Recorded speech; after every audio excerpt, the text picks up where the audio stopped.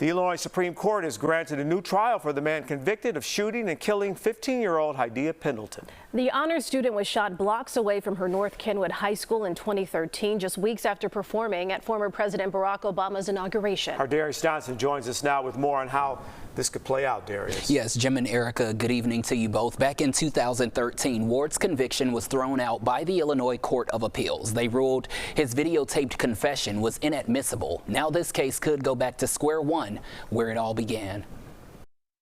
In 2018, a jury convicted Mikael Ward of first-degree murder in the death of Hadiya Pendleton. We, the jury, find the defendant, Mikael Ward, guilty of first-degree murder. He was sentenced to 84 years in prison.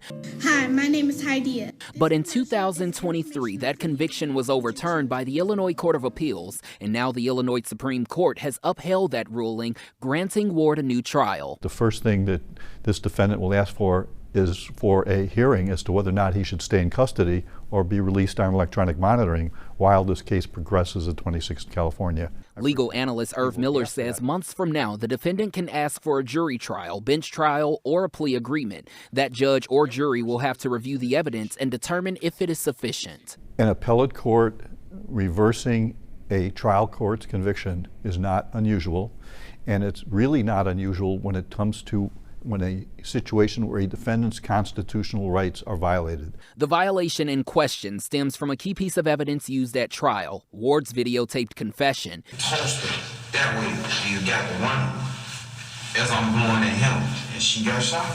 Before that, Ward denied answering any questions from police. And under our laws, if you violate a defendant's constitutional rights, any evidence that you obtain after that point becomes inadmissible. It was January 29, 2013, when the 15-year-old was killed at Harsh Park, blocks away from her high school. At King College Prep, Pendleton was an honors student and a majorette in the band where she had just returned from D.C. performing for President Obama's inauguration. Yes! This is her parents' joyful reaction in 2018 after the conviction of Ward. My arms raised yesterday and my tears today are because I feel like finally something positive in our life has happened as a result of our daughter being gone. There's justice for Hadiya. But that joy, possibly stolen after this ruling, sending them back to the courtroom.